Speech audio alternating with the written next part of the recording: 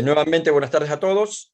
Los dejo con la clase del doctor Héctor Andrade Montemayor de la Universidad de Querétaro de México. Héctor, adelante. Ok, pues muchísimas gracias, Patricio. Gracias a todos por esta invitación y por la organización de este curso, que realmente ha sido muy completo, ¿no? Y de los pocos cursos que yo creo que el único que se ha dado de esta forma a nivel de América Latina y con tal cantidad y tal presencia sobre producción de caprinos. Bueno, esta es la segunda parte de la parte de producción de leche. Ya vimos en la anterior todo lo que interfiere con la calidad de la leche, con la producción, etcétera, etcétera. En sesiones anteriores se había hablado mucho del aspecto también de la nutrición, de la genética, de todo este tipo de elementos. Y bueno, vamos a completar con algunos elementos que yo creo son importantes en la producción lechera, ¿sí? Y cómo van interviniendo estos en este sentido, ¿no? Entonces, para considerar un poco las bases de la producción, bueno, hay muchas ramas en ese sentido, ¿no? Estamos hablando de sistemas de producción. Recordemos que estamos en una América muy extensa, con una variedad de climas, de situaciones geográficas, de ambientes muy diferentes, ecosistemas muy diferentes, desde las zonas áridas, en las partes de los desiertos y semidesiertos, como pasa también, por ejemplo, en parte de la zona de Argentina, de Chile y todo, que es donde se desarrolla de forma muy importante la cabra, los semidesiertos, como tenemos aquí en México y en algunas otras regiones, ¿sí?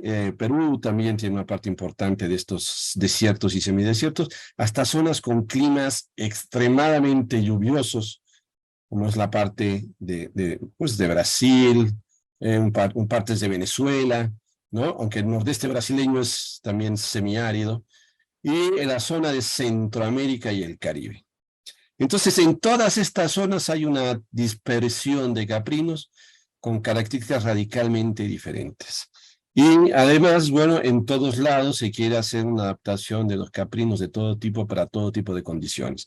Yo creo que el primer punto que tenemos que ver y que analizar es en dónde estamos, con qué es lo que tenemos, con qué contamos, con qué tipo de climas, con qué tipo de producción, con qué tipo de forrajes, alimentos, subproductos, etcétera, y mercados contamos, ¿no? O sea, la producción de leche es un elemento que es muy importante en la parte económica, sin embargo, también tiene esa serie de dificultades, porque la leche es un producto perecedero y a partir de eso, entonces se han desarrollado un montón de situaciones, como es precisamente el queso. El queso es la sobrevivencia de la leche, así como lo vemos. Los yogur, los quesos, kefir, toda una serie de elementos que están asociados precisamente a esto como elementos de conservación de un producto que es perecedero y que requiere una movilización relativamente rápida a los centros de consumo. Por lo tanto, también los sistemas de producción lecheros, si los vamos a ubicar lógicamente en cualquier parte del mundo, van a estar cercanos a una infraestructura carretera, eléctrica, etcétera, ¿sí? Y relativamente cercanos a las zonas de consumo también, ¿verdad? Entonces, esa es una característica que es importante. Y como vemos, la mayor parte de los sistemas de producción cárnicos, esos pueden estar inclusive un poco más aislados, sin graves problemas, ¿no? Pero bueno, en todos lados se puede producir leche, se puede hacer un sistema de conservación de la leche a través de los quesos, etcétera. Y lo que tendremos también que ver es, hay una gran influencia de la información que nos llega de muchos lados, sobre todo de países europeos, de Estados Unidos y demás, sobre las cabras lecheras, cabras muy grandes, cabras con ciertas condiciones, que requieren sistemas de estabulación en su mayoría y tal, que pues muchas veces no se van a adaptar en forma apropiada a las condiciones que tenemos. Por ejemplo, en zonas con una alta precipitación pluvial y con temperaturas elevadas, donde la parasitosis es muy importante, ¿sí? Problemas de garrapata, problemas de piroplasmosis, anaplasmosis, un montón de parásitos, en los cuales la cabra es extremadamente sensible y puede tener problemas de patas y demás. Entonces, de ahí partimos, por ejemplo, hasta el tipo de instalación que debemos de tener y qué tipo de animal sería el más apropiado para nuestra región, ¿sí? Animales que tengan, uno, capacidad de adaptación y rusticidad de acuerdo a nuestras condiciones. Entonces, no tratemos de solamente adaptar al animal esto, si nosotros tenemos que tener unas condiciones para poder tener cierto tipo de animales. Entonces ahí tenemos razas lecheras y tenemos razas queseras, ¿no? Siempre se habla de esas grandes cabras de 150, 170 kilos, campeonas de los campeonatos de Estados Unidos con producciones de 5 a 7 litros de leche. Pero la pregunta es, ¿tenemos las condiciones para poder mantener un animal como estos? Sabemos que la cabra es extremadamente sensible a las parasitosis. Entonces tendremos la posibilidad de tener el desarrollo de esto y sin embargo es lo que todo el mundo quiere. Cuando aún no tenemos las condiciones y el resultado es que se van a morir esos animales donde están. Entonces eso me gustaría insistirlo mucho. Pero por otro lado, ¿a qué nos dedicamos? ¿A producir leche o a transformar la leche en cualquier otro subproducto que puede ser quesos, puede ser yogur, puede ser otra serie de cosas? También de acuerdo a eso, ¿qué tipo de animal es el conveniente para este tipo de condiciones? Una cabra muy lechera, como mencionamos la vez pasada, es un animal que la leche es una leche que tiene menor concentración de sólidos, menores rendimientos queseros, etc. Pero, por ejemplo, podría ser buena para un yogur, pero con muy malos rendimientos para un queso, sobre todo quesos madurados. Entonces, ¿qué queremos? ¿Cuál es nuestro mercado? Tenemos que pensar muy bien en eso. ¿Y qué es lo que podemos realmente realizar en las condiciones que tenemos? Por otro lado, también tendríamos que ver, ¿no?, la parte de evaluaciones genéticas y calidad. Siempre hablamos de genética, así como la palabra genética. Y la pregunta que yo me hago, ¿qué es? Es que siempre te mencionan en el chat, que yo tengo genética. Bueno, todos tenemos genética, todos. Genética está asociada a los genes. Puede ser mala o puede ser buena.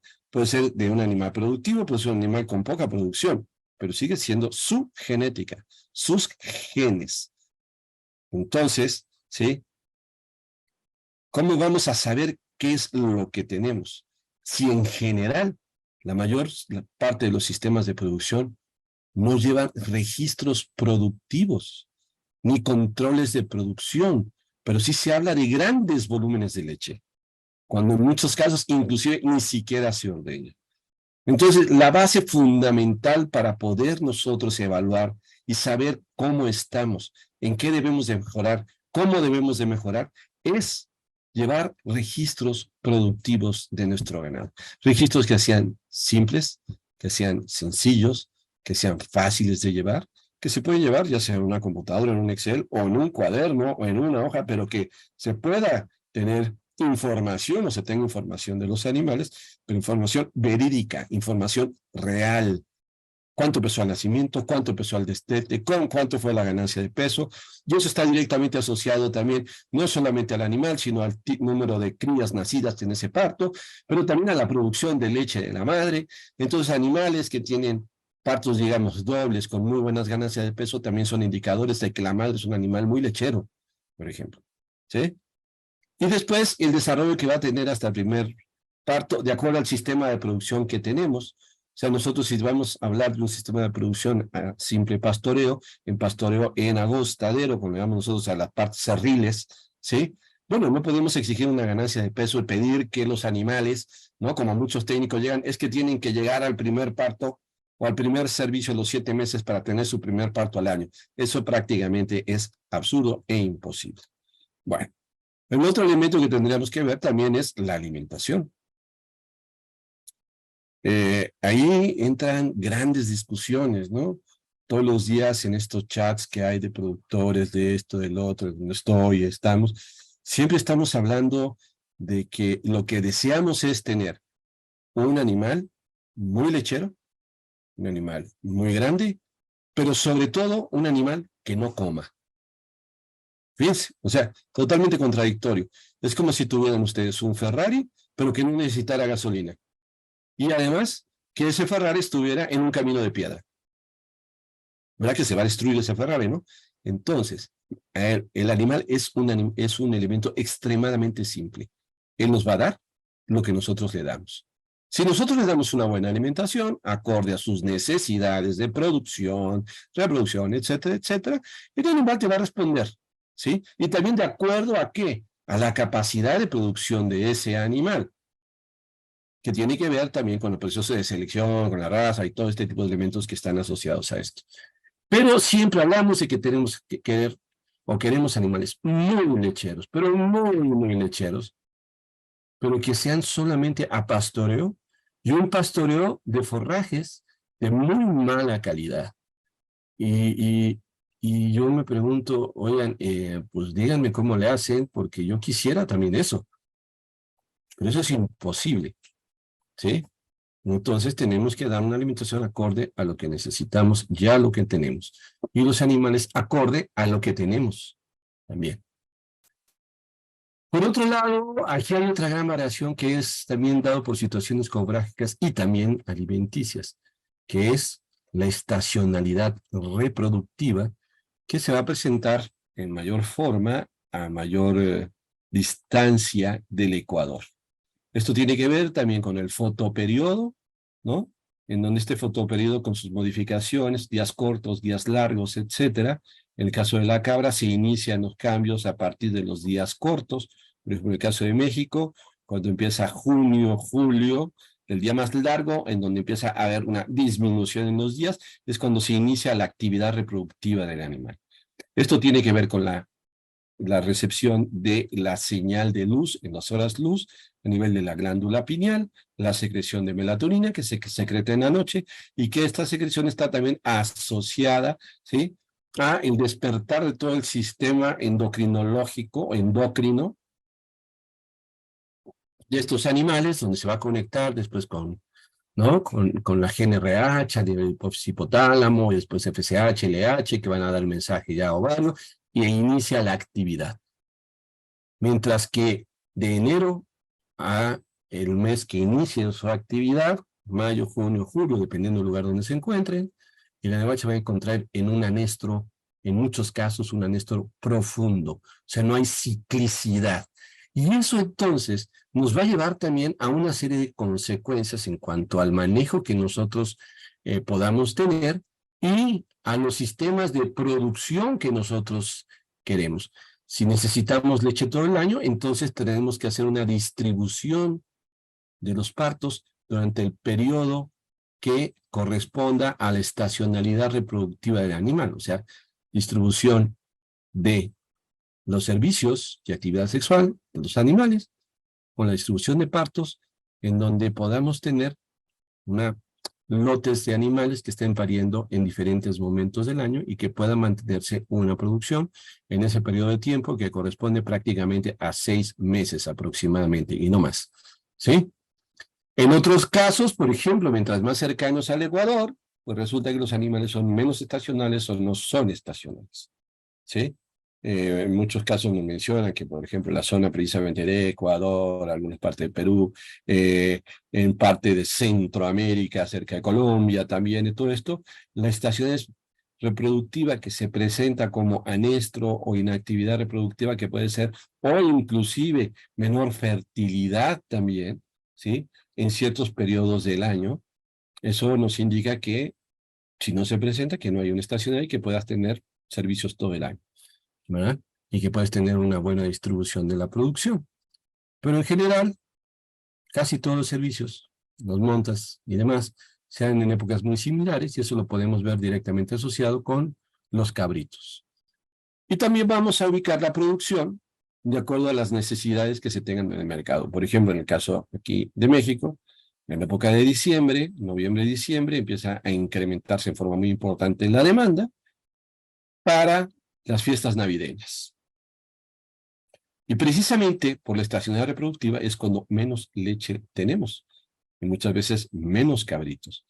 Entonces tendremos también que orientar y hacer las modificaciones necesarias para poder ubicar la mejor época donde haya mayor demanda o un sistema de conservación del producto como es la maduración del queso o el mantenimiento en congelación de los cabritos para que se puedan ofrecer en las temporadas de mayor demanda y donde además que pueda haber mayor demanda, hay menor producción, lo cual nos va a dar mejores precios en el mercado.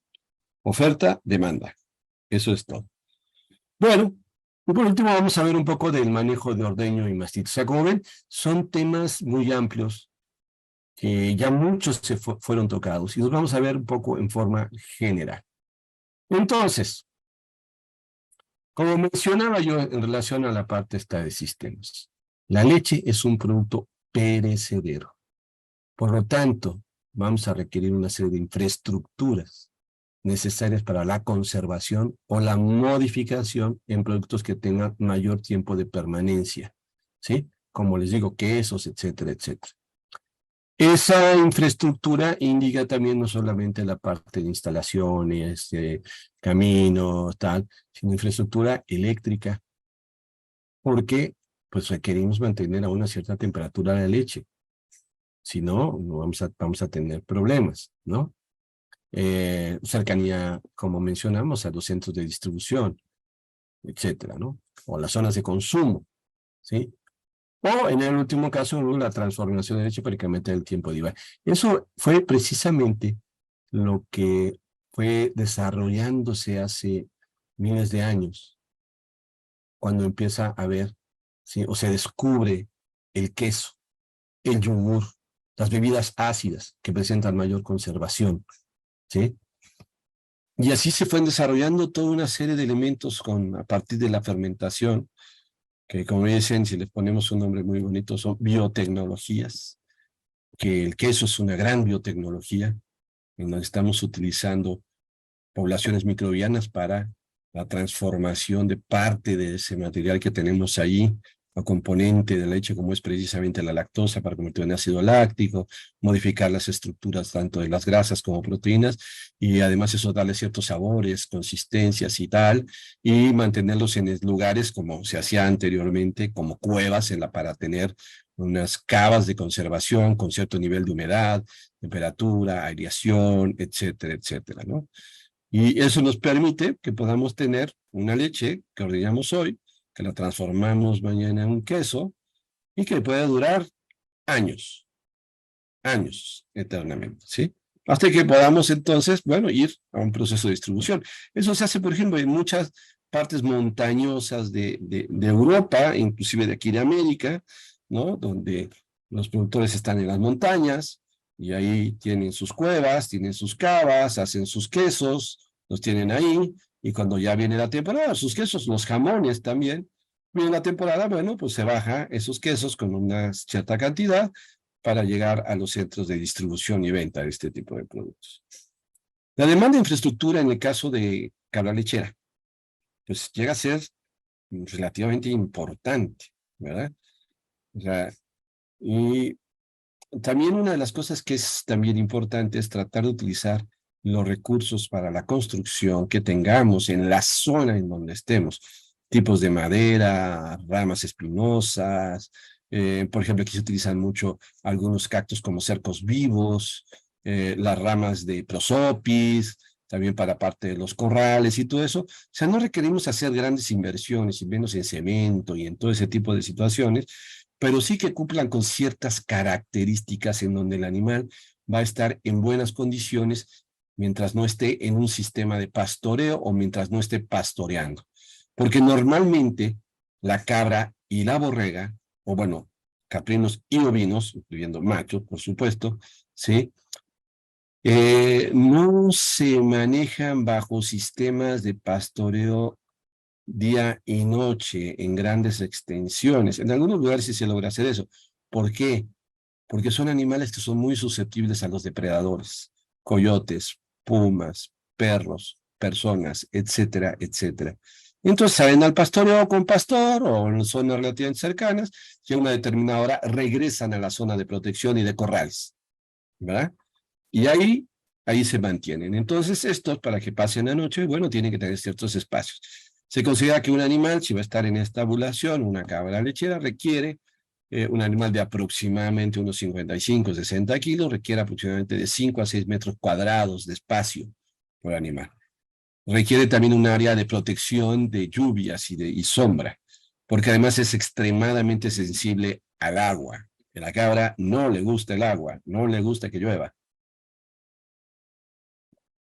Recordemos que sus procesos de domesticación se iniciaron en las zonas áridas, Entonces, son muy sensibles de patas, son muy sensibles a cierto tipo de parasitosis que se incrementan en zonas húmedas.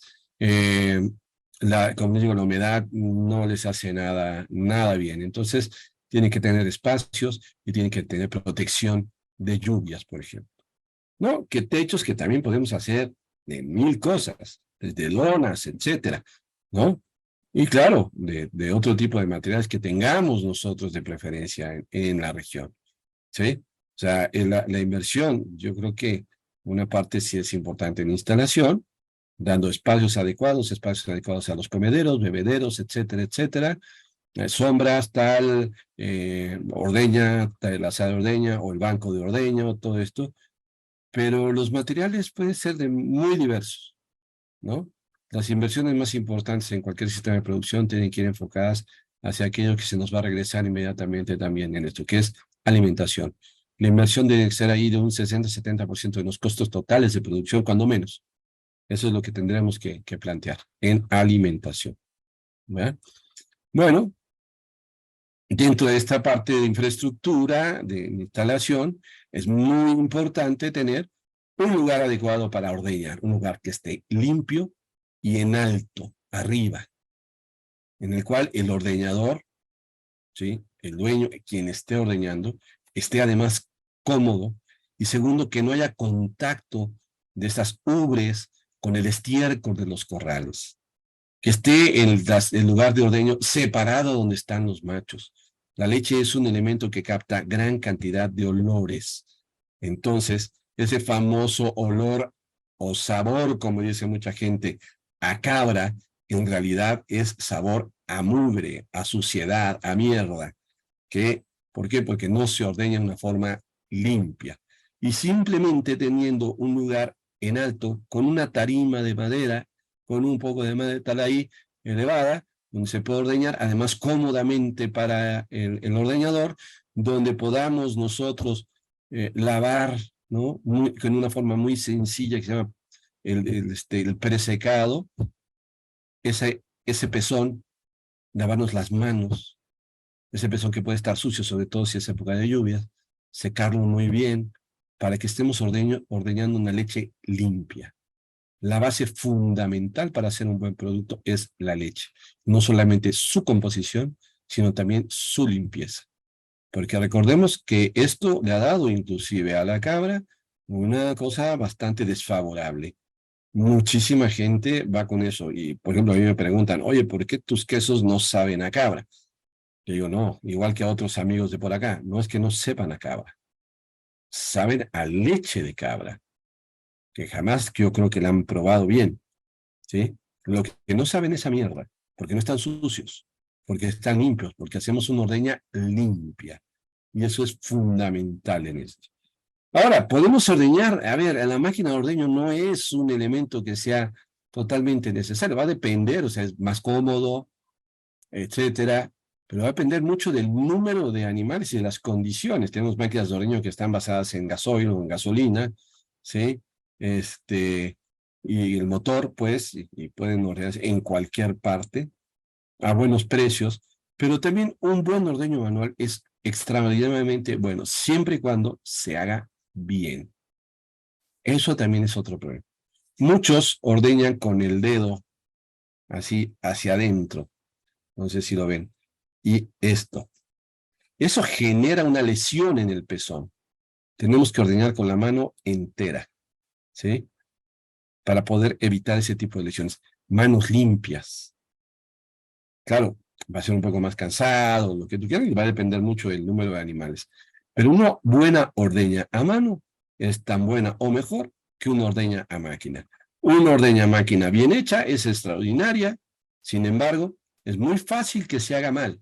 ¿Por qué? Porque tenemos que estar checando las condiciones mecánicas de nuestra máquina de ordeño, pulsaciones, estado de las mamilas, estado de las mangueras, limpieza de la máquina, ¿sí?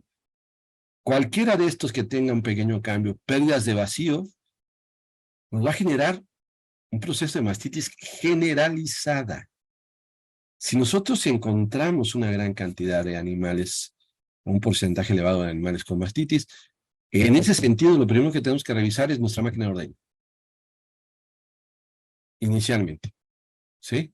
Y además la desinfección entre cada uno de los animales, el estar revisando a cada uno de los animales, como con el tazón, famoso tazón de fondo negro, etcétera, checando mastitis, pueden ser pruebas de California, la prueba de Wisconsin, hay infinidad de pruebas que se pueden hacer con cierta periodicidad para saber realmente qué condiciones estamos. Animales que presenten mastitis, también hay que separarlos, ordeñar al final en otro lugar, y esa leche, sobre todo si va con antibióticos y demás, esa leche no se introduce al tanque de leche ni al queso. Esa leche se separa completamente. Bueno, entonces, máquina de ordeño en buen estado. Refrigeración. Por supuesto, esto va a depender de cómo estamos nosotros teniendo o manejando, o sea, qué orientamos nuestra producción de leche. Si nos vamos hacia producción de quesos frescos, quesos de día, bueno, para la leche fluida no vamos a requerir refrigeración, pero sí para la conservación de los quesos. Eso indica entonces que necesitamos tener fuentes de electricidad, que puede ser a través de paneles solares. Yo recuerdo en Argentina, ahí en algunos lugares donde estuvimos con Patricio, ¿no? Paneles solares como fuentes de energía solar. Ahorita es extraordinario esta tecnología, sobre todo más lejanos en el exterior, donde podamos tener un proceso de refrigeración y conservación de nuestros productos. ¿Sí? Una zona, un área de quesería, ¿sí? Que tiene que estar separado de la parte de la ordeña, con una buena sanidad, con limpieza, con un cierto aislamiento, donde no esté entrando todo el mundo, porque todo el mundo ya a contaminar, quien esté ahí en esa parte de quesería, en ese cuarto de quesería, en esa instalación de quesería, tiene que ser solamente una persona la que está haciendo el queso. No entrar y salir de todos lados. Y esa persona solo va a estar entrando ahí. El que entra de los corrales, del campo, de donde está con los animales a la quesería, está contaminando la quesería y contaminando los quesos. Entonces hay que tener también ese cuidado, ¿no?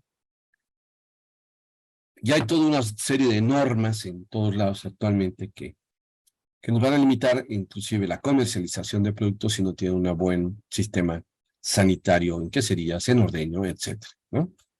Bueno, ya hablamos de transporte, infraestructura carretera, o sea, tener conectividad. Aquí, por ejemplo, en las zonas de las más lejanas, en las zonas serranas, lo que se hace definitivamente es la transformación a quesos, quesos que son quesos frescos o quesos con un periodo de secado determinado, que se van todos los domingos a vender a los mercados, ¿no? Se va produciendo todos los días y el domingo se va a la venta al mercado. Pero pues sí llevan un proceso de refrigeración. Entonces, pues están un poco más alejados ellos, pero ese domingo lo transportan durante un periodo más o menos, a veces de 2 a 3 horas de distancia, que no pueden hacer con una leche líquida, ¿no? Los sistemas lecheros se encuentran cercanos a zonas de producción forrajera y consumo, y eso pasa en todo el mundo, ¿sí? Las necesidades para un sistema de producción lechero en alimentación son elevadas, mucho más elevadas que en la producción cárnica, ¿sí? Entonces, esto significa que necesitamos de forrajes de buena calidad, subproductos o algunos otros productos de excelente calidad, ¿verdad? Y por eso normalmente las zonas de producción lechera, si las vamos ubicando en frente, están normalmente asociadas a zonas de producción forrajera, asociadas a zonas donde hay ciertos sistemas de riego, etcétera. O los sistemas que están en sistemas de producción en semi-intensivo o semi-extensivo con suplementación, que van a nueva producción de leche, pero que generan también una producción interesante de leche, donde además sale al consumo en el pastoreo de monte y al regresar se le da una suplementación que puede corresponder al 20, 30 o 40% de las necesidades del animal.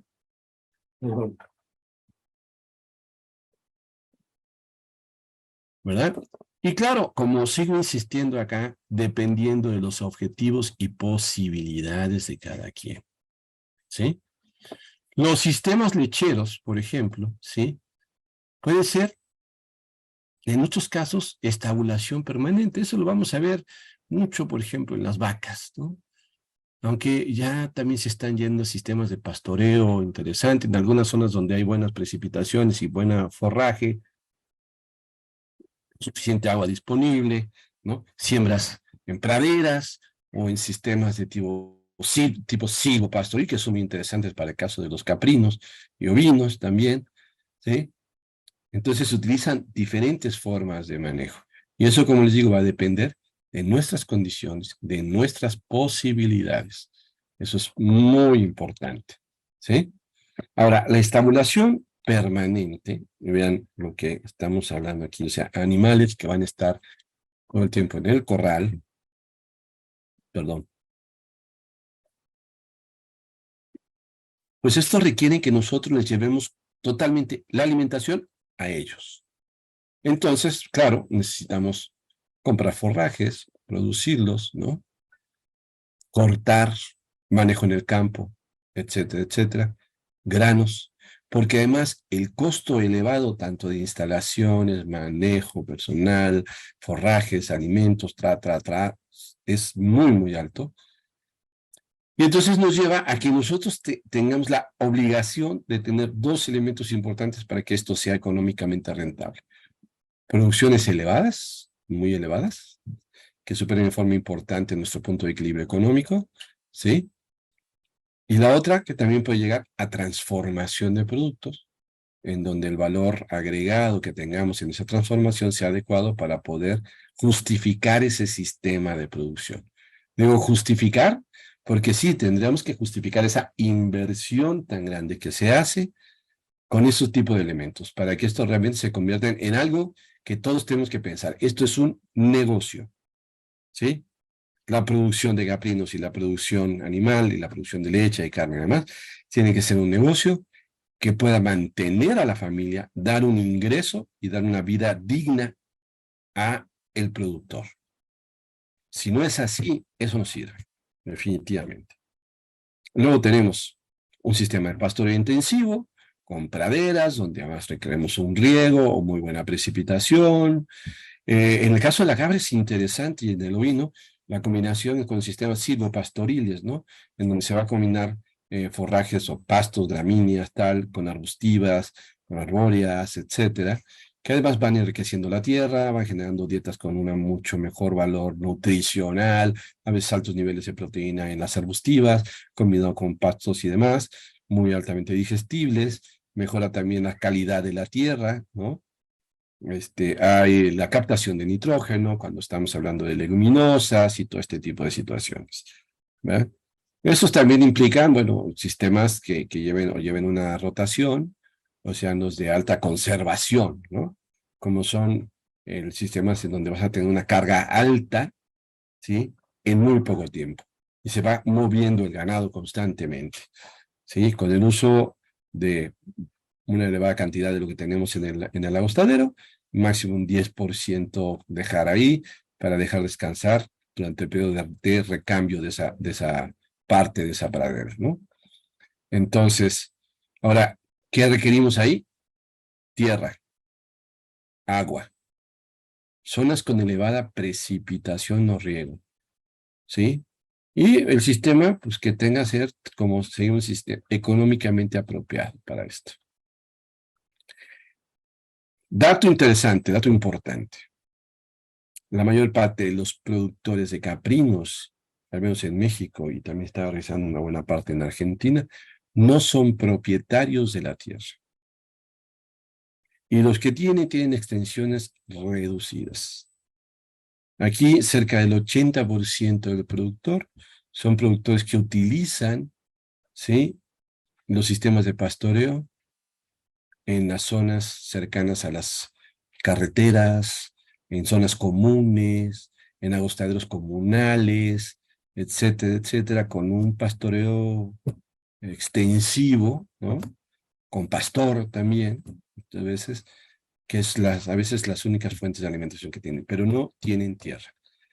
Y también en las zonas áridas no hay agua. Entonces, el uso del agua es fundamental. ¿Y cómo vamos a tener ese recurso y de qué forma vamos a obtenerlo? Por ejemplo, los sistemas de pastoreo en las zonas semiáridas, las cactáceas pueden llegar a representar entre el 50 y 70% del agua consumida por el animal a través del consumo de estas cactáceas, o sea, de cactus, que llegan a tener el 90% de agua. ¿Sí? Entonces es un gran recurso en estas regiones, en zonas en donde no hay agua, ¿verdad? Entonces, bueno, ahí hay toda una parte importante. Y pues lo que mencionamos, pastoreos en áreas comunes, ¿no? En donde van regiones, por ejemplo, aquí hay un sistema trashumante en donde el animal pasa todo el año en pastoreo, sube la montaña, baja los valles, Son pastoreos en muchos casos, pastoreos estacionales. En mi caso, por ejemplo, me puedo representar en varios de estos elementos porque, a ver, yo no tengo tierra, yo rento. No tenemos agua, compro agua. O guardamos el agua, ¿sí? Y al no haber agua y depender de la lluvia, el pastoreo que yo tengo, donde puedo reducir mis costos, es un pastoreo estacional. ¿Qué quiere decir? Solo puedo pastorear en el periodo de lluvias y va a depender de la extensión de ese periodo de lluvias. Y muchas veces hablamos con el romanticismo total, que no, lo mejor que tenemos en el mundo es el pastoreo, la leche de pastoreo, la no sé qué de pastoreo. Pero coño, si no tenemos en dónde pastorear, ¿qué vamos a hacer? Y sin embargo, somos productores de alimento y como les digo, gran parte de los productores son productores sin tierra.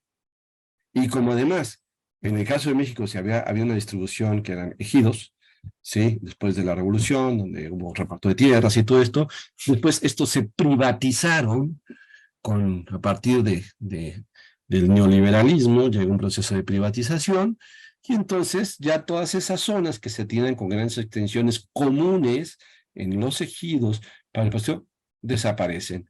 O ya hay una propiedad que evita que los animales puedan subir a esas regiones.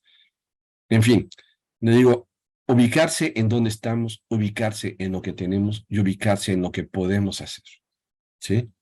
Bueno, como les digo, normalmente nuestro pastoreo, en el caso de cabras, son pastoreos diurnos con suplementación por la tarde y noche. En sistemas de producción semi-intensivo o semi-extensivo, ¿sí? En donde la representación de la alimentación de acuerdo al tiempo de pastoreo que tengamos puede ser 40% de sus necesidades o un poco más. Bueno, ahora bien, vamos a hablar un poquito de la raza ya después de toda esta parte de sistemas y discusión, porque hay cosas extremadamente extensas y en un sentido yo nunca he pensado que lo biológico sea un elemento que se divide en un solo punto, ¿no? Tiene que ser así. No, no hay nada que tenga que ser así. Va a ser de acuerdo a lo que tienes, cómo lo tienes, cómo puedes y qué puedes hacer, ¿verdad? El día de ayer, por ejemplo, estuve ahí en la granja un colega panameño, un par de colegas panameños que son productores de cabras también, y me decían, bueno, es que en nuestro caso el litro de leche está en el mercado a $2, cuando en el caso de México está entre 50 y 60 centavos de dólar. Entonces, producir leche para consumo directamente, leche fluida, puede ser una parte muy interesante como un buen negocio, sin grandes esfuerzos de transformación, ni inversiones en zonas de transformación, etc. El yogur, pues el yogur es un producto que da 1 a 1. Claro, tienes que tener una forma para poderlo hacer, mantener ciertas temperaturas, etcétera, ¿no? Y poder producir un producto que además tiene un elevadísimo consumo. Cada vez se toma más yogur, ¿no? Entonces ahí vamos ubicándonos en dónde estamos. Bueno, ahora bien, ahora vamos a hablar de las razas. Desde hace ya un buen tiempo, ¿no? Con Patricio llegamos a una discusión y conclusión de una discusión que tenemos dentro de todas las razas que se han llamado siempre lecheras, tenemos animales lecheros y tenemos animales queseros. Se ha hecho esto? Pues a través de procesos de selección, como vimos la vez pasada, ¿no? Entonces, hay cabras con muy altas producciones lácteas que todo el mundo desea, pero no sabe cómo mantenerlas, como son las sanes, las alpinas, las nubias, animales pesados que llegan a pesar 70, 80, 90 kilos, Por ejemplo, la campeona del American Dairy Goat Association de este año, según esto, pesaba 150 kilos, ¿sí? Y producía, creo que 6 litros de leche, una cosa así en el pesaje.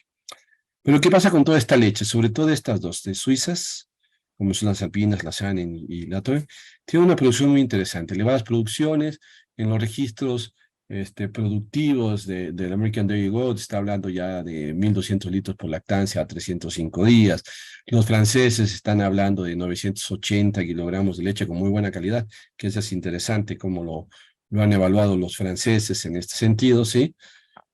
Pero en general es una leche que tiene una cantidad de solos y unos rendimientos queseros pobres. Tienen, mientras más leche se produce, menos rendimientos queseros, menos contenido de sólidos tenemos, menos cremosidad y demás. O sea, en el proceso de selección, elevar la producción también va junto con reducir los sólidos de la leche, los sólidos totales de la leche y producir más agua y menos sólidos. Pero claro, o sea, esta leche puede entrar muy bien en un mercado que demanda leche, que inclusive como este mercado, que a mí me parece muy absurdo, pero que tenemos en todo el mundo, leche baja en grasa, leche light, ¿no? Y entonces, pues tienes un gran volumen con una leche reducida, 3.2, 3.3 de grasa, bajos niveles de proteína, pero mucha leche. Entonces vendes mucha leche. Y que también se puede transformar en un yogur líquido interesante para cierto tipo de mercados. Entonces las consideramos como animales lecheros, pero no queseros. En el caso, por ejemplo, de la nubia, es un animal que a través del proceso de selección que se realizó con animales africanos, etcétera, ¿sí? Del desierto de Nubia, también algo de la India, los Chamunampari, los Betal, etcétera, y después con cabras irlandesas, en Inglaterra, se dio un animal con características interesantes en la calidad de la leche. Leches entre 4 y 5% de grasa, bastante más que las otras, con proteínas de 3,2, 3,3 o a veces 3,4. Una leche interesante para un buen rendimiento quesero y con producciones que van alrededor de los 600, 700 kilogramos de leche cuando se hace una buena selección. Es un animal bastante rústico, pero es un animal extremadamente pesado. Un animal que come mucho, al igual que la Sanen y que la Alpina. Ahí podemos llegar a consumos promedio de materia seca entre unos 3 kilogramos diarios por animal. Ahí, por ejemplo, la Toby Moore da una gran ventaja porque es un animal más pequeñito. Un animal más pequeño y con una buena eficiencia, aunque también la leche es una leche con bajo contenido de sólidos, ¿verdad? ¿En comparación a qué? En comparación a las que nosotros llamaríamos cabras queseras. Entonces, en la mayor parte de las cabras españolas o de origen español, recordemos que aquí son las primeras cabras que llegan a América, las cabras de origen español, ¿no? Aquí se considera que, por ejemplo, la murciana, bueno, la granadina, más que todo, porque no existía en ese tiempo murciana o granadina, llega a América alrededor de 1570, llega a México, ¿sí? Y es la granadina que ahora está clasificada como la cabra criolla, porque es única, porque ya los españoles en los 70s, 80s, lo que hicieron fue un cruzamiento de la raza murciano con la raza granadino, y entonces lo que tenemos ahora es una cabeza murciano-granadina con una gran cantidad de granadino y otra parte de murciana, ¿sí? Pero el origen prácticamente es el mismo. O sea, no podemos tener un origen diferente cuando llegó de un solo lugar, ¿sí? Y que además fueron cruzamientos internos y muchas veces fueron inbreedings, fueron reproducciones internas, ¿no? Porque no había, a partir de los 40, que fue la fiebre lactosa en México, no había importaciones de animales de España para poder ir limpiando o refrescando, como decimos en este sentido, la sangre, ¿no? Las cabras malagueñas, la raza florida y todo eso, son cabras con menores producciones de leche. La cabra murciano, yo tengo murciana granadina, esas que vimos al inicio en la portada son mías. Y esa cabra, bueno, el origen viene, yo empecé con un hato de cabras criolla, negra criolla, y la fui Le fui metiendo primero animales criollos y después le fui metiendo un poco de murciano o granadina para mejorar ciertas características que no se habían seleccionado, como ubres, etcétera. Pero es un animal que ahorita lo traemos en tercer parto en 750 kilogramos de leche. Es muy buena leche. Y con una leche que anda entre 5 y 6 de grasa, con proteínas que llegan a los 4, 3,8, 4,2, rendimientos queseros en quesos prensados madurados de 7,2 a 7 litros por kilo, mientras que con Sanen ese mismo queso se tiene que hacer con 12 litros por kilo. Y por otro lado, una ventaja interesantísima de este tipo de animales, como el malagueña, la española, todo, la murciana, la florida, etcétera, son pequeñas. Y al ser pequeñas comen menos. Entonces, si nosotros vamos a hablar de que estas cabras de arriba, nubias, alpinas y sanen, con pesos de 80, 90 kilogramos, consumen 3 kilogramos de materia seca, la cabra murciana con 45 kilos nos come tan solo 1,8 y nos produce con ese rendimiento 100 kilogramos de queso al año. Lo mismo que una cabra de tipo sanen que come 1,5 kilos más por día durante 365 días y produce 1,200 kilogramos de leche. Entonces, si hacemos esa evaluación económica, nos preguntamos cuál sería lo más eficiente. ¿Tener una cabra lechera para hacer quesos o tener una cabra quesera para hacer quesos? ¿Sí? Entonces, yo voy por esta parte, ¿no? De la malagueña, la florida y la murciana y tal. La Oberhasli es la que actualmente se le llama también la alpino francesa. Alpina francesa, pero es de origen realmente suizo, pero los franceses han ido orientándose mucho al chamoisé, que es prácticamente un Oberhasli. ¿Sí? Y bueno, y la Tomenburg también de Suiza. Nada más que esta Oberhasli es seleccionada en Estados Unidos, y lo que le mencioné es como la ciudad de chamoisé, es la que le llamamos también alpino francesa, con diferentes, aquí ya tenemos diferentes colores, pero en Francia se seleccionó un solo color, el chamoisé, agamuzado. Bueno, seguimos con esto y vemos entonces también la parte de selección. Lo primero que tengo que tener en cualquier sistema de producción lechero o cárnico, ¿sí? Es saber qué tengo. Y para saber qué tengo que llevar información de mis animales. Tengo que tomar números. Tengo que saber cuánto pesan, cuánto ganan, cómo van ganando de peso de acuerdo al sistema de producción que tienen, número de partos que tienen, número de crías nacidas, ver la prolificidad, ver la producción de leche, muchas veces la calidad de la leche, etcétera, para saber, ¿sí? Y ver, también analizar cómo están las ubres, si muy caídas, si levantadas, o las patas, tal, que también están asociados a longevidad con el animal, y también, bueno, esas ubres, pues, también a facilidades de ordeño, a menores problemas de mastitis, etcétera, ¿no?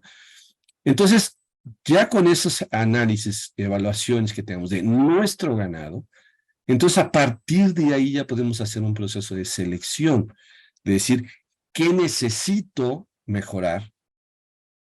¿Y qué animal tengo que tener para mejorar eso?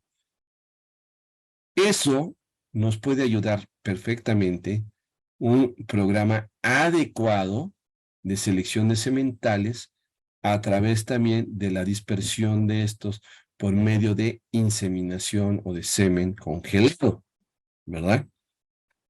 Porque la inseminación por sí sola, como muchos comentan, dicen que sí, es que insemino y porque insemino mejoro. No mejoras.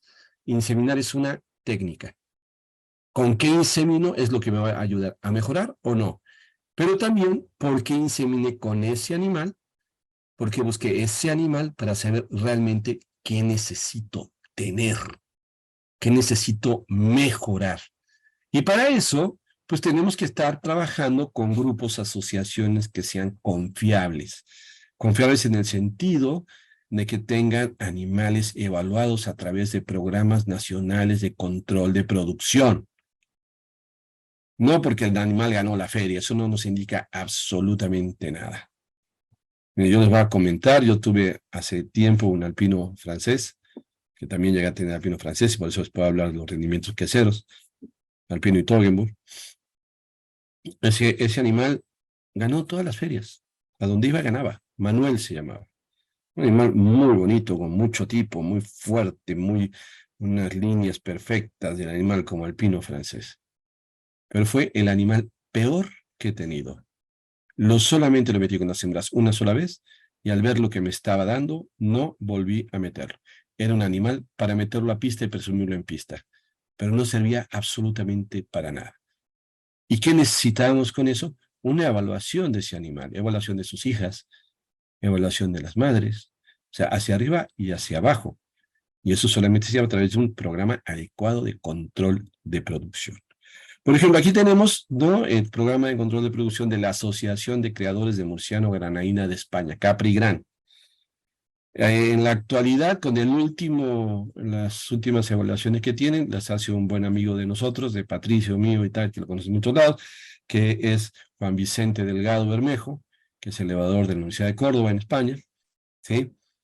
Y que en este momento, para esta raza, en los últimos catálogos, ya se considera en la evaluación 200.000 lactancias. De esas 200.000 lactancias se obtiene cuáles son las mejores 150 hembras. Y a partir de estas 150 hembras, o sea, mejores no porque estén bonitas, no, porque nos están dando hijas superiores, porque nos están dando animales superiores que mejoran producción, calidad de leche, lo que nosotros estamos necesitando. Y eso se siguen evaluando. Y al final de cuentas, nos van a dar una situación en esas evaluaciones genéticas, lo que es el valor genético, que se maneja por índices también, hay muchas formas de interpretarlo, pero están asociados, sí, a una mayor producción en relación al hato elite, al rebaño elite. Por ejemplo, este sementalito que en este momento, aquí era joven, ya no está tan joven, ¿sí? Desde 2015, el nacimiento de este animal, pero fue de la evaluación que se hizo del 2020, ¿sí? Este animal tenía ya un valor genético de 160.81, o sea, en términos así muy rústicos, podemos decir que es la mayor cantidad de leche que dan sus hijas en promedio, ¿sí?, en relación a la producción de leche del rebaño elite, o sea, de los animales, de los dos, que serán unas, no sé, unos 10.000 animales de alta producción. Lo que estamos en el control de producción en alto, ¿no? Lo mismo para la grasa, lo mismo para la proteína o para el extracto etéreo. La precisión, ¿no?, de esto va a aumentar con el número de hijas que tenga y la distribución en el número de rebaños. Entonces nos va a indicar que tanto está repitiendo en sus hijas, en los rebaños, ¿sí?, por efectos ambientales, lo que nosotros estamos viendo aquí, el valor genético para leche, para grasa, para proteína y tal, ¿no? En todos los casos, este animal fue positivo, pero si fuera negativo, también la repetición de esto va a ser en forma negativa, va a reducir la producción. Por eso también tenemos que ver qué estamos haciendo, ¿no? Bueno, por otro lado, se hace también una tipificación por genotipo. ¿Por qué por genotipo? Porque a nosotros nos interesa como queseros, necesitamos ver calidad de cuajada, rendimiento de la cuajada, gelificación de la misma, y qué tipo de caseínas están asociadas a esto. Entonces, animales que nos están heredando o que tienen caseína B, capa caseína B, y B en el genotipo, o sea, son B, son animales que presentan una elevada calidad de cuajada, ¿sí? Y para elevada producción de proteína, caseína alfa S1, B. En este caso es S1BE, entonces no hay una repetición de este, ¿sí? Ahora, nos va a dar también que va mejorando. El score final de evaluación de tipo lineal es de 83. O sea que este es mejorador de ubres, es mejorador de patas, ¿no? Y tiene una evaluación interesante, una evaluación buena. Bueno, nos indican padres, madres, etcétera, etcétera, ¿sí? Y las medias de producción, primero, de las hijas. Entonces, en este caso, algunas de sus hijas traía una producción promedio de 930 kilogramos de leche. Recuerden que yo les decía que eran 740. En 278 días. Aquí se hacen las evaluaciones, ¿sí? Ajustadas a 210, pero también a lactancias totales. Este animal tiene 21, o sea, aquí las evaluaciones que se hicieron con estas fueron 21 hijas, 21 lactaciones de las hijas. Y este fue el promedio, 278 con 930 kilogramos de leche, con una media de grasa de 4.9 y una proteína de 3.6. ¿Sí? Bueno. La parte ya en ese promedio de vida traen 2.090 kilogramos de leche, el promedio de los animales. Y luego vamos a traer a la producción diaria de diferentes hijas, otras 14, ¿sí? Con 288 días y 1.215 kilogramos. O sea, extrae un montón de leche con 5.1 de grasa y 3.9 de proteína, lo cual está buenísimo. Una producción diaria, ¿sí? De 4.2 litros de leche. O sea, elevadísima. Este animal es un animal que tiene una producción, pero además tiene una confiabilidad de 96%. O sea, está repitiendo constantemente. Tiene hijas, son 148 hijas, en 54 lactaciones terminadas, en 20 rebaños. ¿Sí? Y hijas cualificadas, 117, con rebaños calificados, 19. O sea, ¿qué me dice? Tengo seguridad de lo que estoy comprando. Tengo seguridad de lo que estoy vendiendo, lo que estoy metiendo en mi rebaño. No solamente porque es bonito o es feo, sino que quiero producir más leche, quiero producir más grasa y quiero repetibilidad. ¿Verdad? Bueno, esto lo vimos también un poco la vez pasada, en relación a la composición de la leche. Vean, cada raza tiene producciones diferentes. Estos son del American Dairy Goat en Estados Unidos, pero en general la parte de composición, ¿no? Si lo vemos con estos, pues es mucho menor, pero mucho mayor producción de leche. ¿Verdad? En este caso, las hijas de este no hay tanta diferencia, hasta traen 1.215, pero el promedio del American Dairy Goat fue de 1.060, con 3 y 2.9, bajísimo de proteína, ¿no? Son cabras lecheras. Y como es la nubia, tiene un poco más de grasa y proteína, y eso pues ya nos indica que es una cabra que puede ser más quesera. Los franceses han mejorado mucho en relación a la producción. Bajaron la producción de leche para mejorar los contenidos y rendimientos queseros. Pero tienes de 3.3 a 3.47, que es el elemento que nos va a dar realmente la respuesta hacia el rendimiento a la coagulación, al cuajado de la leche. Y la cremosidad se va a través de la grasa. ¿Verdad? Y vemos, como ya mencioné, de las españolas, vean, 5 de grasa, proteínas 3.7, 3.9, siempre superiores, pero menores producciones de leche. La palmera 330 kilogramos, pero muchos rendimientos. Y la Florida trae 700, ¿no? Aquí el promedio en ese momento, que fue en 2014, de todas las murcianas fue 510, pero ya están en 700 y fracción, ¿no? Pero bueno, ahora, alimentación, o sea, esta es una parte. ¿Quiero ser lechero? Bueno, entonces tengo que seleccionar qué animal, pero qué animal se adapta a mi zona y qué tipo de producto yo voy a transformar. ¿Leche? ¿Queso? ¿Yogur? Entonces, eso es lo que tengo que ver para ver qué animal. Ahora, ¿cómo lo voy a mejorar? ¿Cómo lo voy a seleccionar? Bueno, bajo programas que en principio tengamos una evaluación de nuestros registros, tengamos información de nuestros animales, las evaluemos para saber qué es lo que podemos o debemos o queremos mejorar. Ese es el punto. Bueno, segundo punto, alimentación. Bueno, en relación a la alimentación, como les mencionaba, vamos a decir que la cabra es un coche, ¿no? Un coche, un carro, como quieran llamarlo. Lo que necesita es, primero, mantenimiento, ¿verdad? Entonces, las necesidades de energía, aquí lo están metiendo como energía neta de lactación, que es la energía final, utilizada ya quitando el calor producido, las ganancias, etcétera. Nos vamos a esto, que es la energía total, y requieren, claro, 0.066 por kilogramo de peso metabólico. Ahorita les explico qué es el peso metabólico. Pero va incrementándose casi al doble ese requerimiento para mantenerse y actividad cuando las tenemos en pastoreo. En todos los casos, en la mayor parte de los sistemas de alimentación, los requerimientos se basan bueno, se transforma esto al peso metabólico del animal, que es la relación entre la superficie y el peso del animal. Entonces, con eso podemos hacer comparaciones desde un ratón hasta un elefante, ¿verdad? Más superficie, más peso, menor requerimiento por superficie. En este caso, por ejemplo, vamos a ver un animal que tiene 50 kilogramos. ¿Cómo sabemos cuál es su peso metabólico? Bueno, esos 50 lo elevamos a la 0,75. ¿Sí? Eso lo puedes hacer tú en tu Excel o calculadora y lo que tú quieras. Y eso me va a indicar el peso metabólico. Entonces, un animal de 50 kilogramos tiene un peso metabólico de 18 kilos. ¿Sí?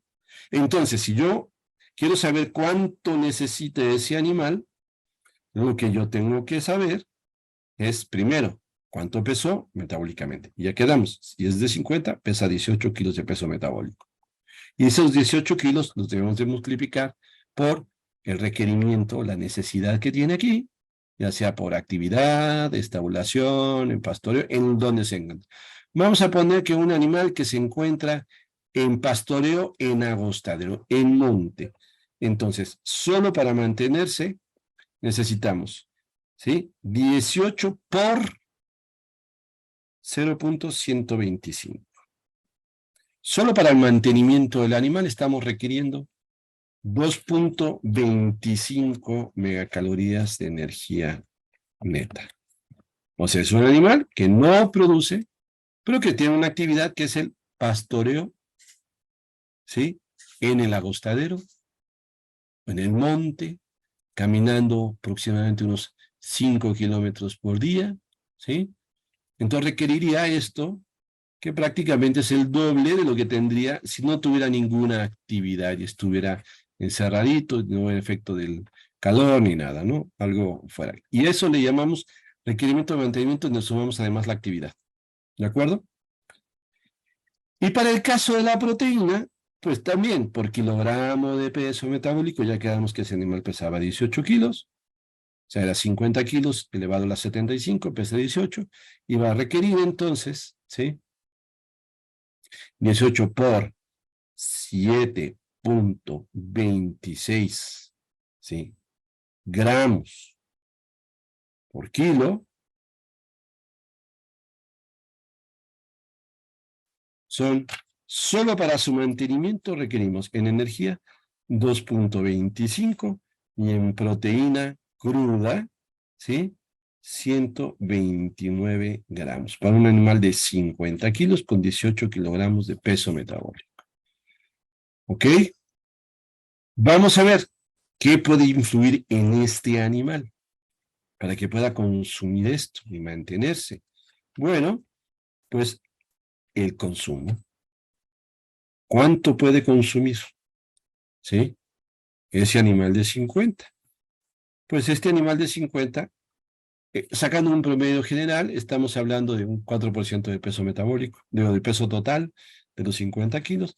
Entonces este animal puede consumir aproximadamente 2 kilogramos. Hay varias formas para sacar esto, el consumo de materia seca por animal. Entonces, en 2 kilogramos, solo para mantenerse, sin producir leche, sin estar gestante, sin ganar peso, requiere 2,25 megacalorías de energía. Entonces, prácticamente 1,15 por cada kilo de alimento. 1,15 de energía neta de lactancia por kilogramo de materia seca de un alimento nos puede dar fácilmente un forraje de mediana calidad, sin ningún problema. Sin ningún problema. Porque, a ver, hablemos, por ejemplo, no sé, que te gusta una alfalfa. Voy a poner un ejemplo muy de aquí, de la zona. La alfalfa, una alfalfa de mediana buena calidad, tiene 1,35 por kilogramo de materia seca. O sea, superior a ese 1,15. Un Buffel nos da 1,1, 1,2. Cercano a lo que tenemos. 1 kilogramo de Buffel me da esa cantidad. ¿Verdad? Entonces, el mantenimiento con solo el consumo, solo mantenimiento, con solo consumo de un forraje X va a ser adecuado, ¿sí? Y los 129 gramos quiere decir que nosotros necesitamos prácticamente 65 gramos de proteína cruda por kilogramo de materia seca, ¿verdad? Entonces, 65 kilogramos de materias de proteína cruda quiere decir que es un forraje que tenga 6.5% de proteína. Muy poca proteína. Y eso te lo puede cubrir cualquier forraje, ¿no? Hasta un forraje de mala calidad o un pasto de mala calidad te lo cubre.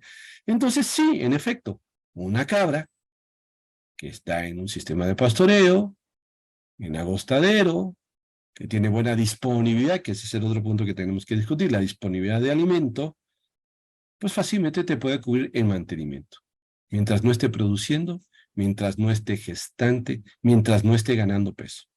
Pero cuando empieza primero, ¿sí?, el crecimiento o ganancia, que es antes de los 3 gramos, va a requerir por cada gramo ganado 0.0043 gramos de energía, megacalorías de energía y 284 gramos, 284 gramos de proteína. Y vamos a lo más grave. Bueno, la gestación en el último tercio, tenemos que sumarle a ese 2.25, ¿sí? Le tendríamos que sumar 0.8. Entonces ya estamos hablando de 3.05, que con 2 megacalorías ya no es tan fácil que me lo cubra un forraje regular, de los que tenemos. Perdón, Héctor, Sí. estamos con 1 hora ya. ¿Ya cumplimos 1 hora? Sí, sí, te aviso simplemente. Bueno, me lo voy a echar rápidamente esto, pero creo que es un punto que debemos de tocar importante porque en general siempre hay muchas confusiones ahí en esto. ¿Sale? Y bueno, entonces, cuando estamos hablando de esto, pues ya no es fácil que un forraje te lo pueda cubrir, solamente. Y queremos seguir siendo pastores, nada más. Y si nos vamos a producción de leche, bueno, más, ¿no? Entonces, a le tendríamos que sumar, por ejemplo, si nos da 2 litros de leche con 3.5% de grasa, a esos 2.25, ¿sí? Le tendríamos que sumar 0.68 por cada litro, o sea, 1.2. Entonces estamos hablando de 3.4, lo dividimos entre 2, entonces ya estamos hablando de 1.6 megacalorías de energía neta de lactación, difícilmente cubiertas. Entonces esto va a cambiar de acuerdo al sistema. Aquí tenemos, por ejemplo, un ejemplo de 50 kilos, con producción de 3 litros de leche. Vemos los requerimientos que tiene al día, ¿sí? Hasta 4.44 megacalorías y 0.300 gramos de proteína. En muchos de los forrajes que hablamos, por ejemplo, de pastoreo, arbustivas, leguminosas, superan esa cantidad.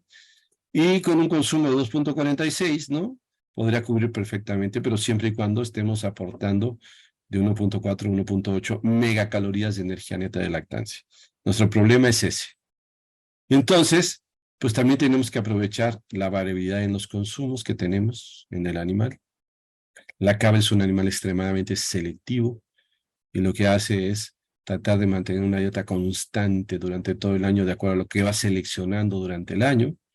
Como aquí vemos, la mayor parte de sus dietas, como tiene variación en los consumos de arbustivas, hojas, pastos, tal, puede levantarse, comerse las flores, etcétera, nos va a dar a veces por kilo una buena cantidad, una buena calidad, pero muchas veces no cubre la cantidad, y eso tenemos que ver.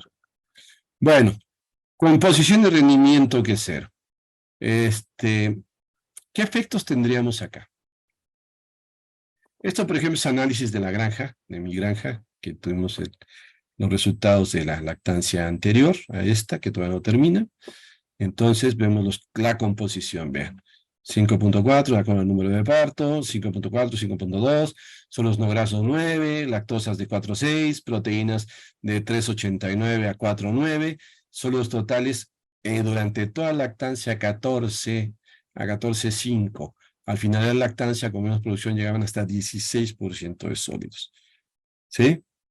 Entonces, ¿qué es lo que vamos a tener aquí? Cómo va modificándose durante la lactancia la cantidad total de sólidos y aumenta la concentración de proteína, grasa y demás. Disminuye la producción, pero aumenta la concentración y eso va compensando la cantidad de queso producido. Y al final, después de toda la evaluación que hicimos y litros de leche trabajados, fueron 1.152 litros de leche al mes trabajados, 158 kilogramos de quesos prensados, 7.2 litros por kilogramo de leche, donde estamos produciendo, de acuerdo al 1.1 gramos por litro, ¿no? Más de 100, más bien, perdón, no gramos, sino más de 100 gramos por litro, y aquí lo tienen, 147, 125 gramos. Una curva que va cambiando, y se resume ya al final en esto. Los animales de tercer pato, donde ya llegaron a su producción adecuada, traen 2.26 litros, con 317 gramos de queso por día, que equivale a 95.46 kilogramos de queso al año.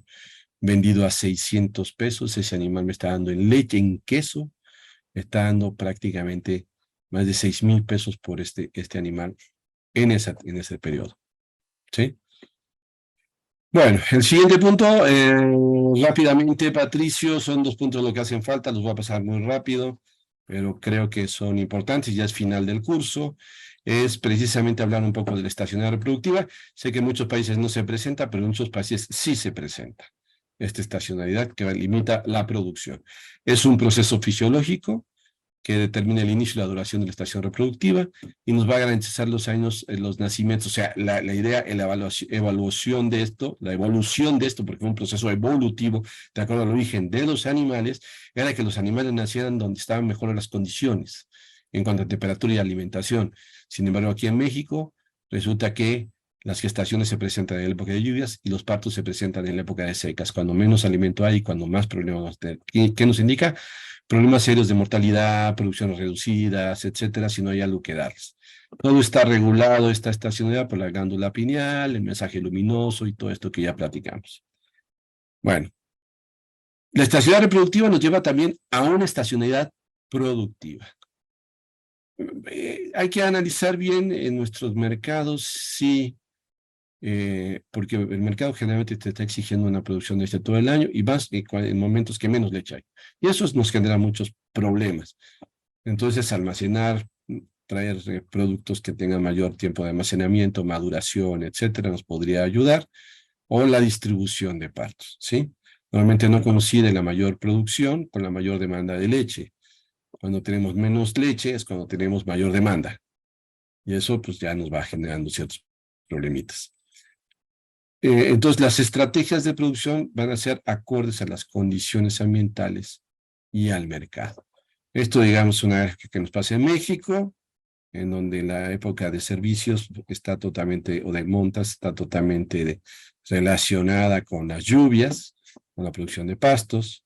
Aquí está todo bien, las gestaciones van aquí, pero vienen los partos y se presentan en la época de secas. Resultado, baja producción y mantenimiento. ¿Qué pasa si nosotros manejamos simplemente un solo parto al año? O sea, en grupo de parto, todas las cabras, 100 cabras, con un parto al año nada más, en un mismo momento. Bueno, pues vamos a tener esto. Meses que no tenemos leche y meses que tenemos mucha leche. Pero meses que no vamos a tener absolutamente nada. Si tenemos una demanda por más tiempo, ¿qué es lo que vamos a tener? Vamos a tener picos constantes y eso lo podemos ver en la siguiente gráfica. Entonces aquí, por ejemplo, es un calendario para 2 años, en donde ponemos en verde el momento que se hace los servicios, las montas, que empezamos, inicia la actividad reproductiva en junio, ¿sí? Por lo tanto, los partos son en octubre, las producciones las alargamos a 10 meses de lactancia con 2 meses de secado para tener un parto al año, entonces las producciones están en amarillo, y como ven, cuando ya se secaron unas, tenemos otros grupos que están produciendo y así nos vamos, ¿no?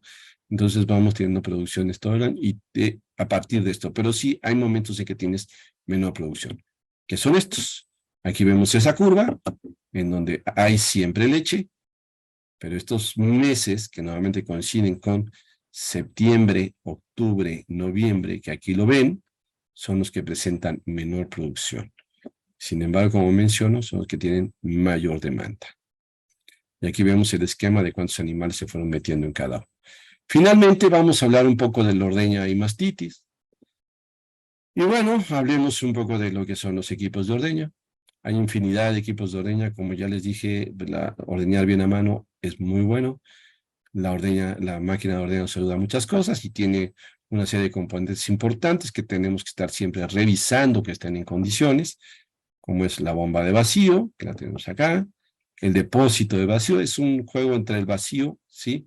Y la regulación de ese vacío a través de qué?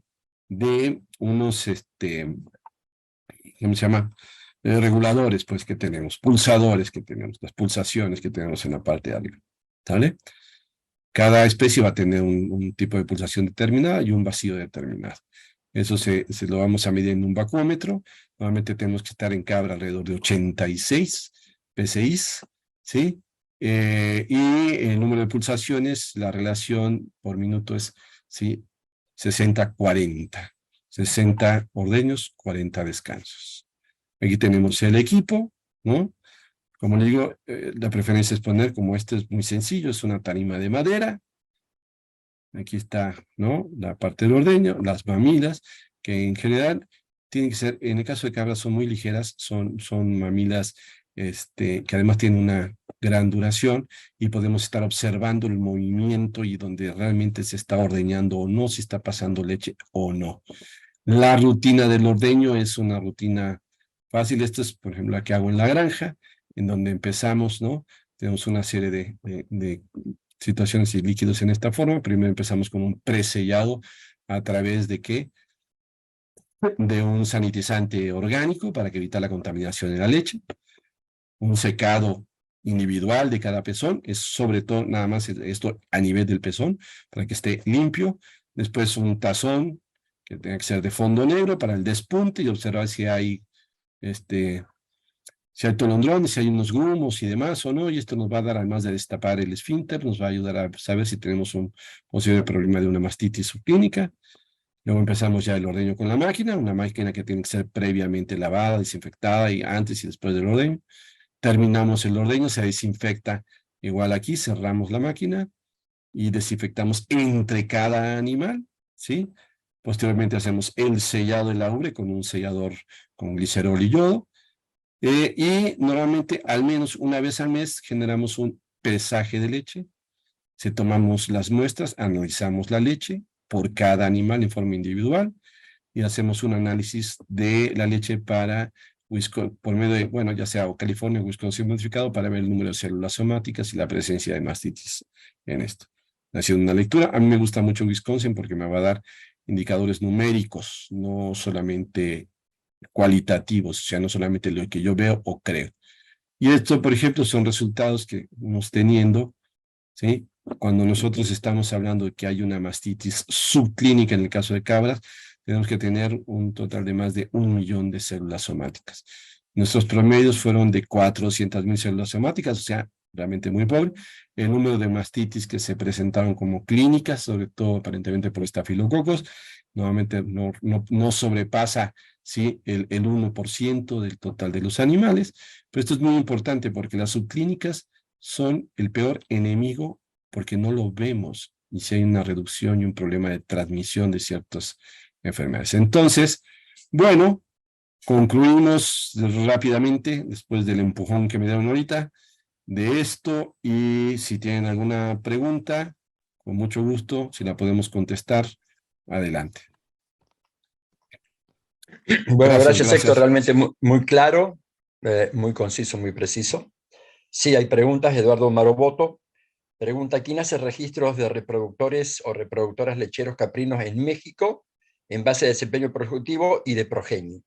Y pregunta si existe alguien que haga los registros oficiales en alguna raza en México. Bueno, a ver, la Asociación Nacional de Ganado Caprino de Registro, que se encuentra en la zona de Apaseo, tú la conociste, Patricio, la de Pepe Oliveros, etcétera, etcétera, ¿sí? Desde ahí intervenimos varios en todo este proceso, se generó una muy buena asociación con la Asociación Holstein de México para hacer el control de producción. Eso genera un brinco gigante en la asociación. Entonces, esta asociación lleva controles de producción lecheros y evaluaciones genéticas. La Universidad de Guanajuato, a través de Mauricio Valencia como genetista, ¿sí?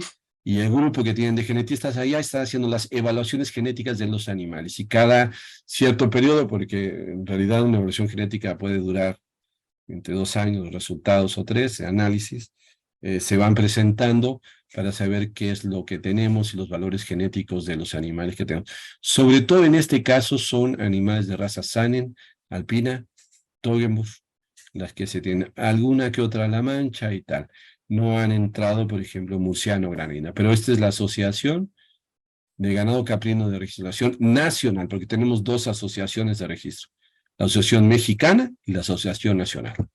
Pero yo creo que la riqueza de la Asociación Nacional es eso, el control de producción, que dio un avance tremendo desde que se inició con el control de producción a la selección que se tenía en los animales.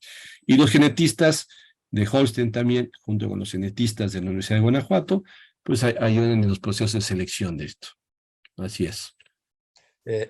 Una opinión es, no sé realmente qué cantidad de cabras lecheras hay en México, pensando en los 8 millones de cabras en general, pero me imagino que no serán tantas en la proporción como para que existan dos asociaciones trabajando sobre la misma temática, ¿no es cierto? Cual Bueno, sería interesante a ver, justamente sentarse y decir, che, a ver, ¿cuántos somos? Patricio, ¿Sí? ¿Con cuántas cabras en total? Como tú para hacer algo sabes, coherente a nivel nacional, como pregunta la, acá la, el la joven este, ¿no cabra, es cierto?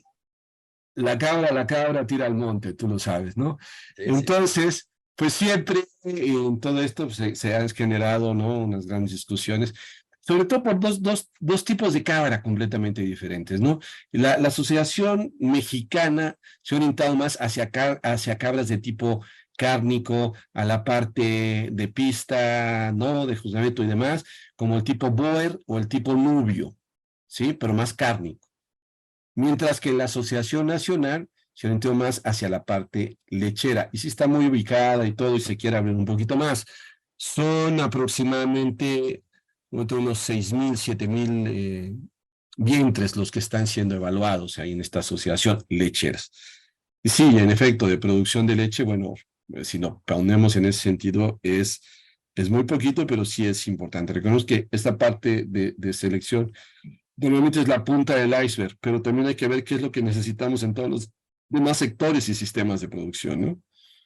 Bueno, Alirio Colmenares pregunta si se puede utilizar las tablas del NRC para caprinos para balancear las raciones en un medio, o sea, en los países latinoamericanos.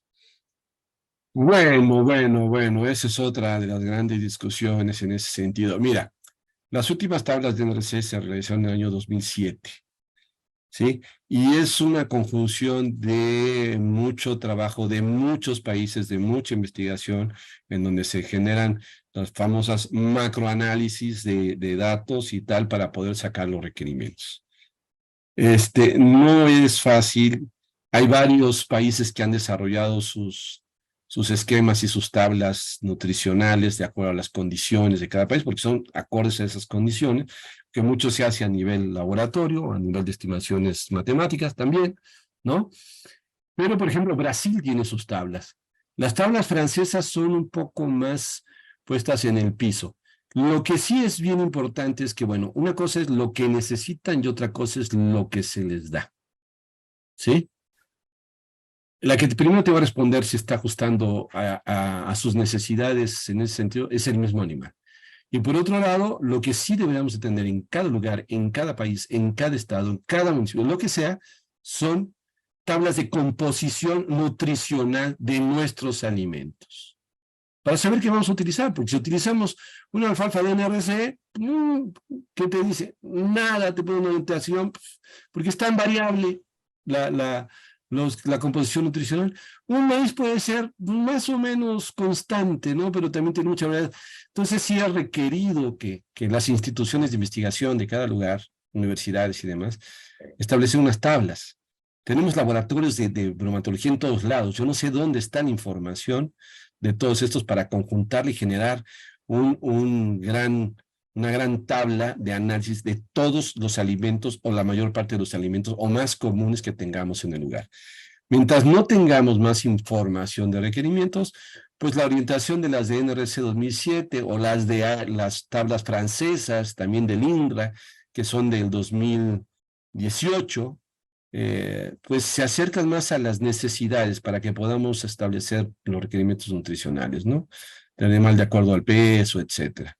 Las formas de hacerlo, las mediciones a veces son diferentes, pero sí debemos contar con algo. Si estás en Brasil, utilizar las tablas brasileñas. Por ejemplo, no sé, Argentina las tiene sus propias tablas, ¿no? No. Sí, sí. No, lo que quería aclarar es, por ejemplo, que las tablas francesas, que realmente son bastante interesantes, están sacadas Sí, bajo medidas que después no tenemos nosotros el cálculo de la calidad forrajera que corresponde a la necesidad de sí, requerimiento que plantean los franceses. ¿Sí? sí, por Entonces, eso ahí es otro es- punto que tenemos que trabajar mucho las instituciones, en la traducción de esa información, ¿no? Por ejemplo, unidades forrajeras, ¿no? ¿Qué es una unidad forrajera, una UF? Pues equivalente a 1.7 megacalorías de energía neta de lactancia, que es 1 kilogramo de cebada, ¿no? Pero esa información, ellos lo hacen, y es donde me parece interesante cómo trabajan los franceses, que utilizan muchos los españoles también estos sistemas, lo hacen en unidades que puedan ser fáciles de manejar en una granja. Una UF que es 1 kilogramo de cebada. Entonces, si tú tienes 1 kilogramo de cebada, sabes que le estás dando una UF. Y el equivalente es ese kilogramo en forraje, ¿no? O en otro tipo de cosas. Ana Rodríguez pregunto, ¿cuántos partos es recomendable dejar una cabra lechera en pastoreo extensivo? Todos los que te dé, siempre y cuando para todos los años, esté en buenas condiciones y tenga una producción que se mantenga de acuerdo a tus costos y a lo que tienes. Mira, yo tengo una, se me murió recién, de 15 partos en sistema de pastoreo estacional. 15 partos. Y otra que está, que era su colega de todos los años, que para más o menos al mismo tiempo, va por el 16º parto. Ahí está la viejita, sigue pariendo, sigue produciendo, ya no lo que producía, pero digo, merece estar ahí toda la vida y enterrarla en el rancho. El índice el número de partos va a tener que ver mucho en otra cosa también, la tasa de reposición que vas a tener. A mayor tasa de reposición, mayor presión de selección. O sea, no hay que quedarse con todo, para eso tenemos que tener números. Hay que saber hasta dónde un animal es rentable en tu explotación. Te da lo que necesitas de acuerdo a lo que estás invirtiendo. Que llegue arriba de un punto de equilibrio económico también. Y que sea sana, que esté produciendo y todo ese tipo de cosas. Entonces, por ejemplo, sistemas lecheros de vacas aquí, muy intensivos, traen un promedio de 2.2 partos vida animal. Imagínate eso, o sea, no alcanza ni siquiera a producir su reposición esas vacas. Por una exigencia absurda de grandes volúmenes de leche que nos llevan a problemas también de tipo reproductivo. Entonces, pues, hay que ver qué es lo que buscamos, qué es lo que queremos, ¿no? Hasta dónde podemos, es lo que digo, hay que ubicarse en dónde estamos y qué es lo que vamos a tener. Entonces, cabras sanas, productoras, paridoras, es lo que tienes que tener, y económicamente rentables. ¿Sí? Yo les puedo comentar que tengo fotos de mi padre haciendo trasplantes dentarios en vacas en el año 1960. Eran vacas de alta producción, en aquel momento tenían 12 litros, o sea, alta producción, en el año 60, 12 Claro, litros, claro. y les hacían trasplante dentario porque eran vacas de muy alta producción, de buena genética, ya no tenían dientes, entonces le hacían trasplantes dentarios. En aquel entonces, Claro, no sé si funcionaban o o no, sea, pero lo hacían. esas son joyas, esas son joyas, tener un animal con ese tipo de cosas son joyas que, como te digo, son esas vacas que hay que hacerles un monumento, o esas cabras que hay que poner un monumento, se mueran enterradas en el rancho, y no, como te acuerdas esa cabra cubana Ubre Blanca, ¿no? Que fue Ajá. la cabra famosa del mundo, la más productora de leche, que se murió con el tercer parto, ¿no? Pero bueno, eso tenemos que hacer. Sí. Omar Castrellón pregunta cuál es la temperatura ideal para mantener quesos para que sean un buen curado de quesos. Bueno, es que, a ver, ahí depende del tipo de queso que vayas a hacer. Un queso de pasta prensada, ¿sí? De pasta prensada semicocida, digamos como un tipo, ¿qué te gustaría? Un tipo Gouda, un tipo manchego y tal, requieren una temperatura promedio entre 13,5 y 14 grados. Tú puedes bajar más la temperatura y lo que va a hacer es que va a hacer más lenta la maduración, porque hay menor actividad microbiana. Entonces, su promedio está entre los 13,5 y 14,5 de temperatura promedio en la cava. Pero la otra parte que es muy importante es el nivel de humedad, para evitar un resecado. Tú sabes que el frío va secando también de pronto. Entonces, tu nivel de humedad tiene que estar entre 75 y 85, mínimo 70, pero por muy bajo 75. Ahora, si tú vas y tiene que haber un movimiento y recambio de aire. Si tú vas a hacer un queso tipo Camembert, con maduración, ¿no? Que además tiene que ser una cámara diferente, una cueva diferente, entonces tú requieres 90% de humedad con 10 a 12 grados centígrados. De 90 a 95 de humedad y 10 a 12 grados centígrados de temperatura. Igual con una buena movilidad. Entonces, por eso, cada tipo de queso, ¿no? Va a requerir diferentes tiempos, ¿no? Hace poquito estuvimos con un excelente afinador español, que fue el que estaba afinando el Gochi Saguar, que es José Luis Martín, y es lo que también nos comentaba en ese sentido, y decía, a ver, si quieres que la afinación del queso sea lenta, irte a mucho tiempo, baja la temperatura. Si quieres que la afinación del queso sea más rápida, aumenta la temperatura. Si tus moldes o lo que estás trabajando son quesos pequeños, de 1 kilo, esos se van a madurar muy rápidamente. Entonces, tendríamos que tener temperaturas más altas, ¿sí? Con más humedad y sacarlos antes. Porque un queso de ese tipo, de 1 kilo, digamos, o de medio kilo, comparado con uno de 3 kilos, va a tener las mismas características de maduración, más o menos al mes y medio el pequeño, 2 meses, mientras que el otro va a requerir 4 meses. Es una maduración más lenta, mejor, ¿no? Que te va dando mejores sabores, moldes grandes, etcétera. Sí. Por eso los quesos de alta maduración, sí, son más caros. Porque Sí, claro, hay que tener un por capital supuesto. inmovilizado durante mucho tiempo y eso, por supuesto, Pero, el cliente lo paga. ¿Sí? Nuri mira, Puerto pregunta. Sí, sí. Patricio, mira, ahorita, la próxima semana tenemos el Festival del Queso. Entonces, bueno, yo estaba en la cava, había quesos que yo había dejado ahí porque pues no se vendían y tal, y envejecidos, y los quería para tocando unos quesos, me fui a uno de 3 años y medio de maduración. Lo abrí, no tienes idea qué queso. Bueno, Era para demorarse ese queso. nosotros, si bien nos dedicamos al tema de la carne, en alguna época hicimos leche y queso porque había algún pedido. Y hubo quesos que no se vendieron, estuvieron casi un año en la cava. Claro. Y yo dije, bueno, hay que tirarlos, esos quesos no sirven más. Y mi señora Mm, tiene un amigo que es francés y me dijo, tráemelos. Y los claro, compró todos y los pagó un dineral porque eran quesos que hacía más de un año pero estaban en por maduración. supuesto.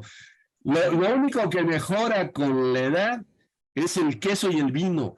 Bueno, No cabe duda. nosotros también mejoramos mucho con la Bueno, edad. Nuri Puerto pregunta si sincronizar las cabras para sobrepasar la estacionalidad del celo puede ser una estrategia acertada. Bueno, mira, sí y no. ¿Qué va a pasar cuando tú sincronizas? Fuera de estación reproductiva. El macho también es estacional. El macho en esa estación también va a tener una reducción importantísima en la producción seminal, en la testosterona, va a tener mayor cantidad de espermas de baja calidad, el híbrido prácticamente nulo, etc.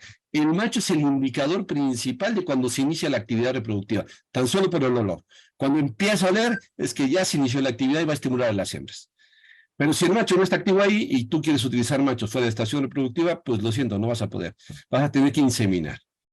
Por otro lado, estarle metiendo hormonas constantemente, sobre todo tipo CG, que era la PMCG y tal, nos va a empezar a tener, sobre todo de tipo proteico, problemas serios en cuanto a la resistencia a esa hormona. Se presentan, ¿cómo se llama? Anticuerpos a esa hormona. Entonces, tienes que hacer lo que estaban haciendo en Francia, meter anticuerpos para esa hormona y una anti, porque finalmente los animales ya no entraban en hacerlo con nada. Entonces, bajo estrategias muy específicas, pues podría ser una, siempre y cuando utilices inseminación artificial. Que tengas semen de buena calidad, no para inseminar nada. Ahí. Si no, no es así lo más adecuado. Para mí. Bueno, Julio González 26 dice, la cabra es uno de los animales más nobles que tiene el hombre. Las necesidades nutricionales y de manejo comparada con otras especies continuemos en el fortalecimiento de este rubro, y dice excelente. Finalmente, Héctor Antonio Castrillón Aldana dice felicitaciones, muchas gracias a FEDEANCO y a los aliados estratégicos, que somos las universidades latinoamericanas, que han hecho posible este programa de capacitación para ovinos y caprinos en Latinoamérica. No hay ninguna pregunta más. Héctor, para que cierres tu clase, adelante. Bueno, o sea, a ver, a esta última moción que acaban de decir, sí, felicitaciones definitivamente, Patricio, FEDEANCO, José, etcétera, etcétera, a todo tu grupo universitario, al Sebas y compañía, ¿no? Que siempre están ahí en la chamba, la gente que está en estos medios, pues se les agradece muchísimo que se tome esto, ¿no? Este gran trabajo que se ha hecho para la difusión de esto y la capacitación a distancias largas que muchas veces a lo mejor no se podrían ni siquiera hacer.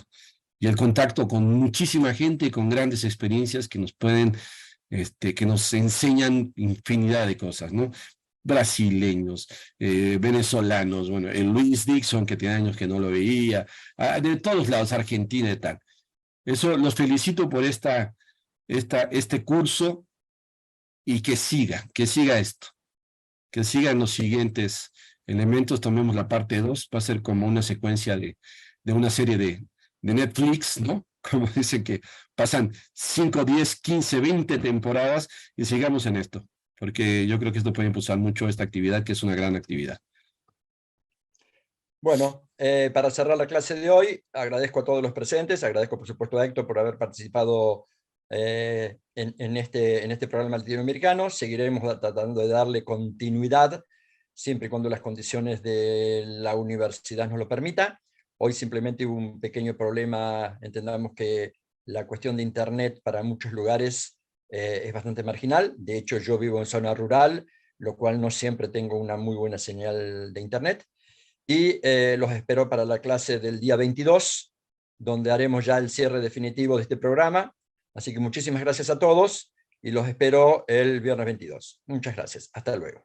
Bueno, muchas gracias, un abrazo a todos y Patricio y compañía, gracias por hacer esto. Eso se agradece mucho. Un gran abrazo, hasta luego.